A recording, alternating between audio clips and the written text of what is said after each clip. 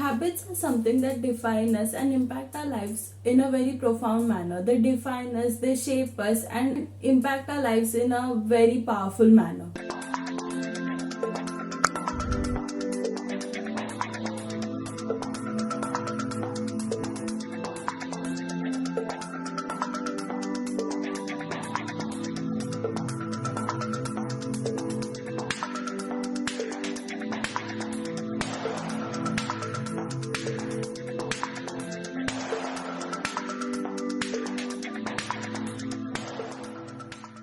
Hey Inspirers, welcome back to my channel. So today I'm going to tell you about how you can build good habits and break bad ones. So what habit actually is that it is the discipline that you build over a period of time to do the things that you actually want to do. And I know it is quite difficult to do something for a regular period of time, and it does get boring sometimes. It is much difficult and everything, and that happens only when you don't see success.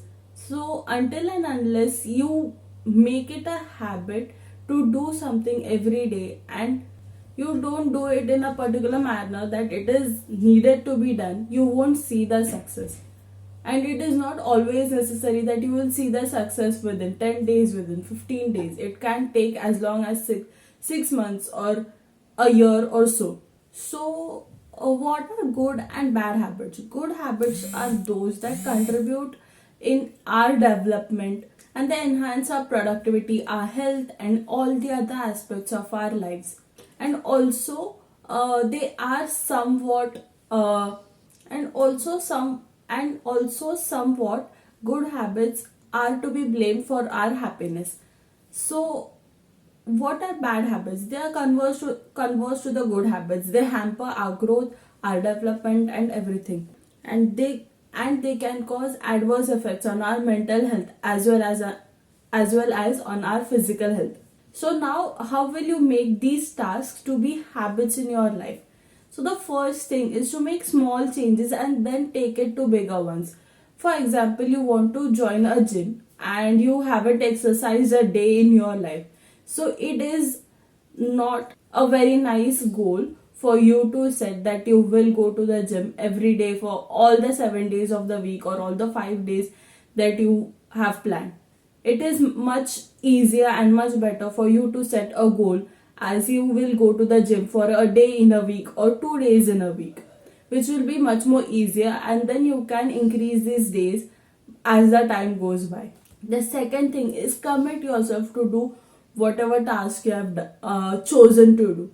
Until and unless you commit yourself, you will not find the motivation, and you will ultimately lose the habit, and ultimately you will not do the task that you have planned. Third is that you need to do the task until it becomes a habit, and after it becomes a habit, it becomes much more easier for you to do that task.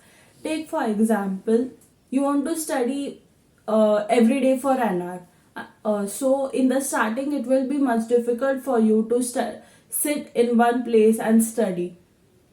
And as time goes by, within a month or so, it will be much easier for you to sit for that hour and do your studies. And it can also happen that you start enjoying your studies so much that 1 hour feels like nothing for you. Most of the times people will tell you that it takes only 21 days to form a habit, but it is not equal for everyone or every habit. Sometimes some habits or some people can take as little as 18 days to form a habit, but some habits or some people can take a long period of time as 6 months to form the same habit or a different habit. The fourth thing that you can do is to reduce the friction of the task that you want to actually do. For example, you want to study tomorrow, and your desk is a mess. So it can happen that you will start clearing the mess, and in that cleaning session you may find something else, and you may end up not studying at all. So what you can do is the day earlier or the night earlier, you can clean your desk and everything, and lay out your books that of the subject that you really want to study the next day, which will help you to get a clean mind, a no mess desk, and you will be ready and prepared uh, for what you actually want to do. The fifth thing that you can do is to anchor this new habit that you want to build to a habit that already exists. For example, that you want to go for a run every morning after you wake up.